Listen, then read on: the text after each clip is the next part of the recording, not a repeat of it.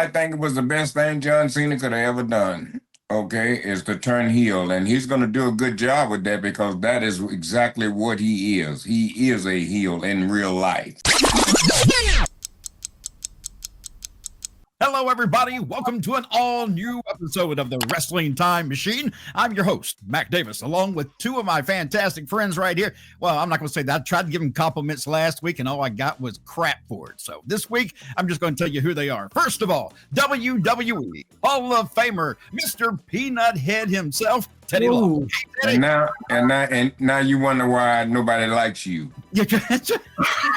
Now you wonder why nobody you have no friends. I don't have any. We tried. Just move on and talk to somebody that means something. Bill Apter, okay? Move on. Thank you. And of course, with us, Teddy, I'm trying to if you'll just let me do it. We've sent him to the clinic several times already. It's still not happening. Well, he didn't go to the right point. He didn't go to the Mayo Clinic. That's where he messed up at. Too many I gotta tell calories. you, when I was on my anniversary, one thing I noticed down in Florida, and I live in Georgia, so the laws are different here. But when I was in Florida, everywhere you turned was a cannabis clinic or a cannabis doctor that would write you a prescription for cannabis, and then you just get your cannabis while you're sitting right there. So how many prescriptions you got? None. I go, look here. They wanted, get this. They wanted, because I looked at it and I was like, what is a cannabis doctor? They charge you $200 so they can write you a prescription for cannabis. But you got to pay them $200 to get that prescription. Of course, that's all it takes. But you get a card with that. Yeah, you get a card, but it's only good for a certain amount of time. Then you got to redo it again at another $200. It's kind of a scam. Really. You guys do cannabis. Yeah. I do sparkling ice. That's the strongest thing you do, along with your tick cracks. Tick cracks. Guys, we got a lot of stuff when it comes to wrestling this week, so let's jump into it here.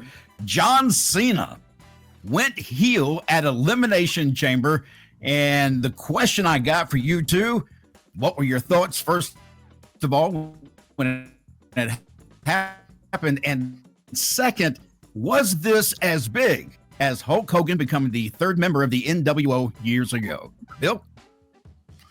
Okay, so luckily I didn't expect this. I didn't see it coming. It was great. It was done so well. You did not, my question was, when Cena won the match, the Elimination Chamber, what reason did he have to turn against Cody? Because he was going to get the match. And I figured out that Cody against John Cena, without some drama in it, was going to be Cody against Cena. But now that John Cena turned heel and that crazed look on his face, that when The Rock went, and it was fabulous. It was well done.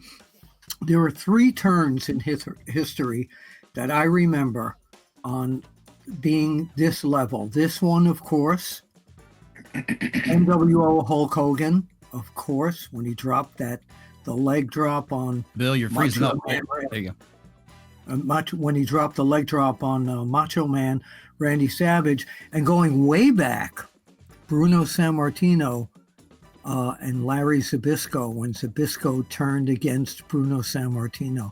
But this was perfectly well done.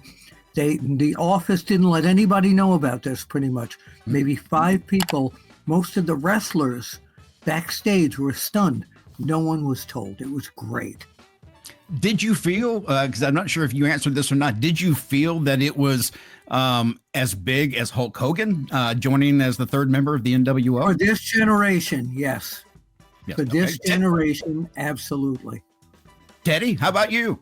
Well, I think it was the best thing John Cena could have ever done, okay, is to turn heel. And he's going to do a good job with that because that is exactly what he is. He is a heel in real life, okay? So this is my opinion. I'm just speaking, so don't y'all go acting stupid and saying stuff. I'm just saying I've been around him. I worked with him. So like I said, and it's like back with Luger, and me and Luger had the opportunity to talk about this back when he was the guy, like he was, a real prima donna. He was a real to people sometime, and he acknowledged that. So, and that's why he was such a good heel, because that's exactly what he was. So I think they did a good job. One thing I think they might have missed there, I seen from the turn, there was only a kick. You know what I mean? Golly, you got to give me a little bit more than that. If you'd have gave him the kick and then Rock gave him the signal and then give him the FU, that's what I'd have liked to have seen.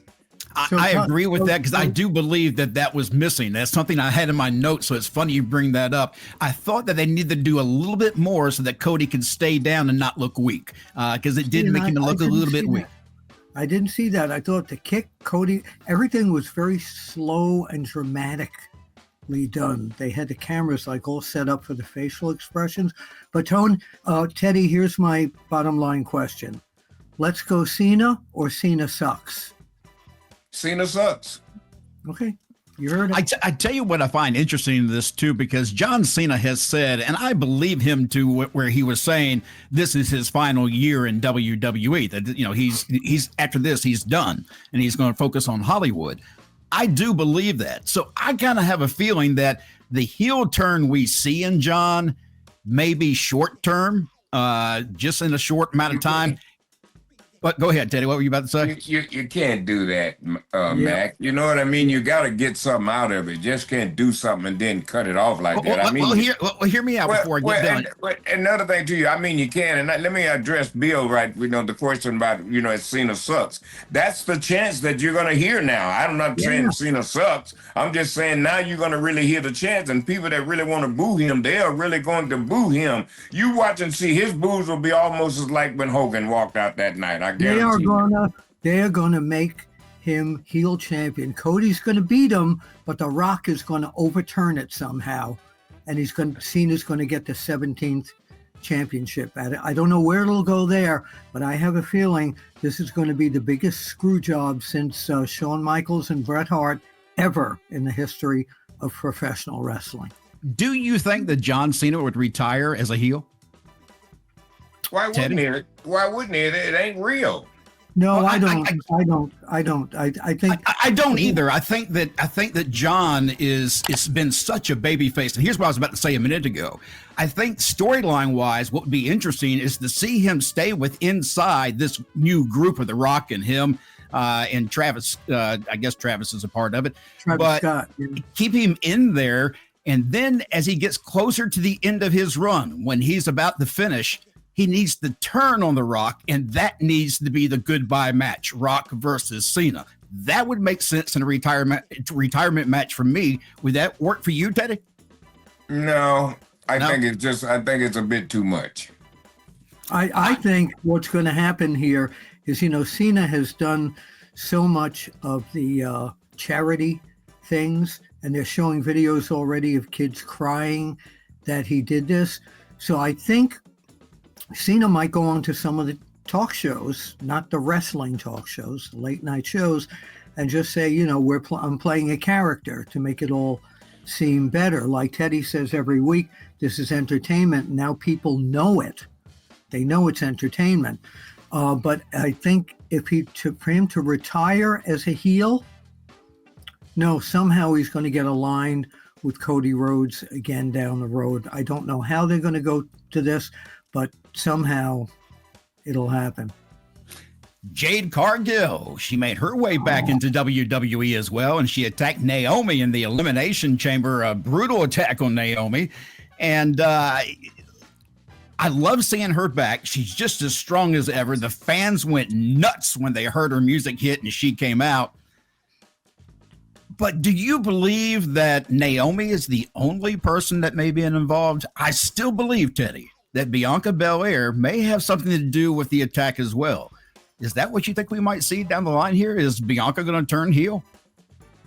Well, I kind of agree with some of that, what you said. That there's really a spot right there for Bianca. It looks kind of strange, from what they're doing. I don't know, but we just got my thought with this. I just want to look at it. Let it try to play out a little bit, because right now I really don't see it. I hope they make this, Bill, a story that's a little bit more interesting, because they kind of rushed the whodunit angle, really, because they didn't talk about it for a long time. Then they came back to it, and they just kind of threw out this video saying, well, it must have been Liv and Raquel because they walked by in the corner of the camera. They didn't give you enough. I think they could have done a lot more with this. And I'm starting to think that maybe with Bianca and with Naomi and the attack that they had, that we're going to see some the storyline really start to develop that's going to involve Bianca not being as sweet as we all may think. What are your thoughts? Yeah. Well, I think, first of all, what was strange to me was when Jade ran out, why did they put the music of the person so you know there's going to be a run-in? To me, the charm of it would have been with, they did it really well, but don't play the music. Like when Randy Orton came out for KO, the same thing. They played his music. Don't play the music. But here, when Cargill came out, she was wearing her wrestling outfit there. Why not come out in street clothes? But when she attacked Naomi, it seemed like a shoot. It was so tight and so well done. I thought it was almost real. And I do not think Bianca's directly involved in the attack there. I think Jade and Naomi are going to be tied up in a hell of a feud that might happen at WrestleMania. Well, I guess we'll wait and see.